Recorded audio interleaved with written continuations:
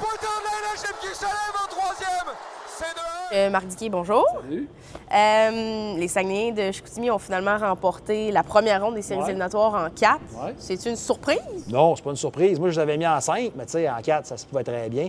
Fait que non, c'est pas une surprise, c'est pas une déception. Ça a été, je dirais jamais le mot facile, parce que c'est pas facile une game de hockey, mais ça a bien été les 2 matchs à Halifax, pas de complexe là. Même si Halifax a voulu jouer du coude, ça n'a pas dérangé pas en tout. Puis ce qui est le fun, c'est que tout le monde contribue dans cette série-là, à la défensive, à l'attaque. Cette année, il n'y a pas une grande parité dans la Ligue. Hein? Les équipes qui ont terminé en bas de peloton se qualifient dans les séries. Regarde, il y a déjà 2 balayages, 3, si tu comptes celui des Sags. L'Armada ont balayé et également les Wildcats sont balayés. Donc, il n'y a pas une parité peut-être cette année, contrairement aux années passées, mais là, ça va se corser. Là. Tu m'amènes déjà sur Moncton, l'Armada. Ouais. Est-ce que ça fait peur de dire, bon, il y a déjà 3 équipes qui ont gagné en 4. Est-ce que ça fait peur un peu pour la suite des choses? Non, au contraire, c'est stimulant.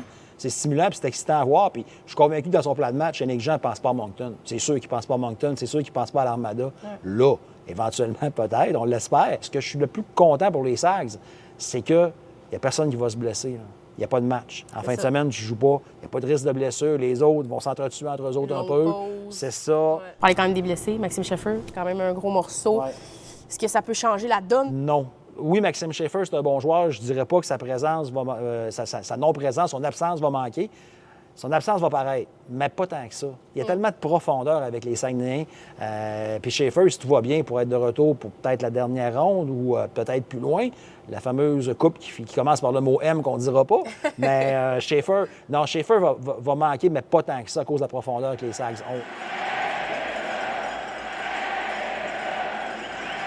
J'aimerais qu'on parle aussi des décisions de Yannick Jean, de justement celle d'avoir mis Beckman tout au long de la première ronde.